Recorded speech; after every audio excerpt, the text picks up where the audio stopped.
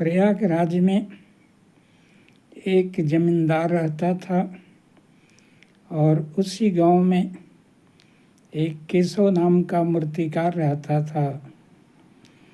केशव मूर्ति बनाता था, लेकिन जमींदार बहुत ही धूर्त और मक्कार था।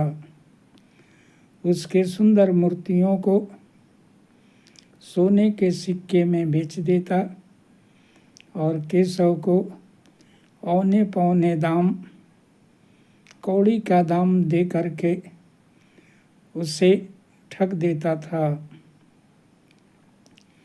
जमींदार की एक बेटी राधा थी। उसे यह बात अच्छी नहीं लगती थी। पिता को बार बार समझाती थी। केशव बड़ा ही साफ हृदय का और भोला है, उसे आप ठगिएगा तो आप सुख शांति में नहीं रह पाइएगा। लेकिन लालची और लोभी जमींदार उसकी बातों पर ध्यान नहीं देता था। एक बार मूर्ति लेकर के जंगल में बेचना जा रहा था। उसी समय प्रयागराज के राजकुमार जमींदार को मूर्ति देख करके उससे मूर्ति खरीद लिया और बोला कि सुंदर राजकुमारी का मूर्ति बना करके मुझे अगले 10 दिन में दो। मुझे पिता को देना है। जमींदार तैयार हो जाता है और केशव से आकर के कहता है कि तुम ऐसा सुंदर मूर्ति राजकुमारी का बनाओ कि वह बहुत ऊंचे दाम पर बिके। वह बनाने के लिए तैयार हो जाता है और सारी शक्ति लगा करके इतनी सुंदर मूर्ति बनाता है कि खुद केशव को ही विश्वास नहीं हो रहा था कि मैंने इस मूर्ति को बनाया है। मूर्ति की सुंदरता को देख करके जमींदार भी मुग्ध हो जाता है और कहता है कि अब तुमको अच्छे पैसे मिलेंगे। वह भी बहुत प्रसन्न हुआ।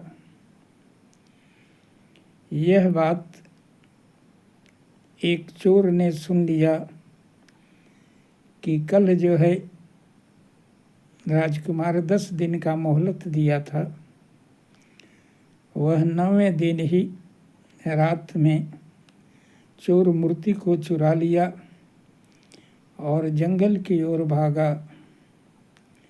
सुबह होते ही जमींदार केशव पर ही लांछन लगा दिया और कहा कि मूर्ति तुम्ही ने चुराई है। उधर राजकुमार भी पहुंच जाता है और कहता है कि मूर्ति अगर नहीं मिली तो तुम्हें फांसी पर लटका दूंगा, इसलिए 1 दिन का मोहलत देता हूँ। मूर्ति हर हाल में खोज करके मुझे दो। जमींदार केशव को बहुत धमकाता है कि तुम्हारे अलावा कौन मूर्ति चुरा सकता है, क्योंकि तुमको पता था कि राजकुमार खरीदने वाला है, ज़्यादा पैसे मिलेंगे, इसलिए तुमने ही चुराया है। केशव कितना हूँ आग्रह किया कि मैं नहीं जानता हूँ। केशव बड़ा दुखी और व्यग्र था। एकांत में राधा आती है और बताती है कि तुम्हारे मूर्ति को एक चोर ने रात में उठा करके ले गया है, जंगल की ओर गया है, उसे तुम जा कर के पकड़ो। जहाँ एक कुटिया और एक गुफा था, वहीं पर राजकुमार के पिता सैनिकों के साथ ठहरे हुए थे। जब चोर उस मूर्ति को लेकर के जा रहा था, तब सैनिकों ने उसे पकड़ा और पूछा कि तुम चोर हो, इस मूर्ति को कहाँ ले जा रहे हो? झूठ मूठ बोलता है कि नहीं, मैंने मूर्ति बनाई है। कहता है तुम्हारा चेहरा ही बता रहा है। उसी समय केशव पहुंच जाता है और कहता है कि महाराज, मैंने इस मूर्ति को बनाया है, इसने चोरी करके ले गया है, इसीलिए इसे पकड़ने आया हूँ। राजकुमार कहता है दोनों चोर हैं, दोनों को बैठाओ। मूर्ति तो जमींदार बनाता था, वही कहा कि मैंने बनाया है। सैनिक जाते हैं और जमींदार को पकड़ करके लाते हैं।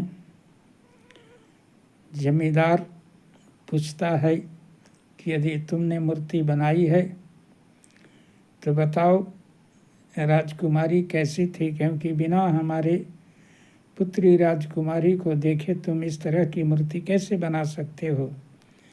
क्योंकि इसी गुफा के पास मैंने अपने पुत्री को देखा था और अचानक इसी के गुफा के पास से गायब हो गई थी, इसलिए तुम जरूर देखा होगा, नहीं तो सिर धड़ से अलग कर दूंगा।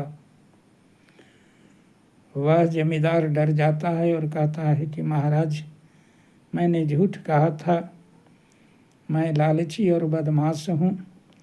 वास्तव में मूर्ति तो केशव ही बनाता था। इसको मैं महंगे दामों पर बेच देता था और इससे कौड़ी का दाम पकड़ा देता था। इसलिए मूर्ति केशव ने ही बनाया है। केशव का नाम सुनकर के राजा को विश्वास हो जाता है और उसे ढेर सारा इनाम देता है और चोर को और जमींदार को जेल डलवाने का आज्ञा देता है। लेकिन केशव ने ही जमींदार को बचा लेता है। कहता है इसे जेल में डाल दीजिएगा तो इसकी बेटी राधा का शादी कौन करेगा, इसलिए इसे माफ़ कर दीजिए। राजा ने कहा देखो कितना उदार है, जिसको तुमने धोखा दिया वही तुम्हारे जान को बचाया। केशव के कहने पर उसे छोड़ देता है। बाद में वह भी सुधर जाता है और अपने बेटी का शादी केशव के साथ कर देता है। उधर राजकुमारी से पूछा जाता है कि तुम कैसे गायब हो गई अचानक? राजकुमारी कहती है कि इस गुफा में एक महात्मा तपस्या कर रहे थे, उन्हीं का तपस्या मैंने भंग कर दिया था। उन्होंने श्राप दिया था कि जब कोई मूर्तिकार बिना देखे तुम्हारे स्वरूप के जैसा ही मूर्ति बना देगा तो तुम पुनः अपने मूल अवस्था में आ जाओगी। और इस प्रकार से यह मूर्तिकार बिना देखे मेरा बहु रूप बना दिया। इसी में मैं पुनः उस रूप में आ गया, इसलिए राजा को अपनी पुत्री खोई हुई पुत्री मिल गया और राजकुमार को खोई हुई बहन मिल गया और चारों ओर खुशी फैल गई। और राजकुमारी को लेकर के उसके पिता और राजकुमार खुशी खुशी अपने घर चल गए।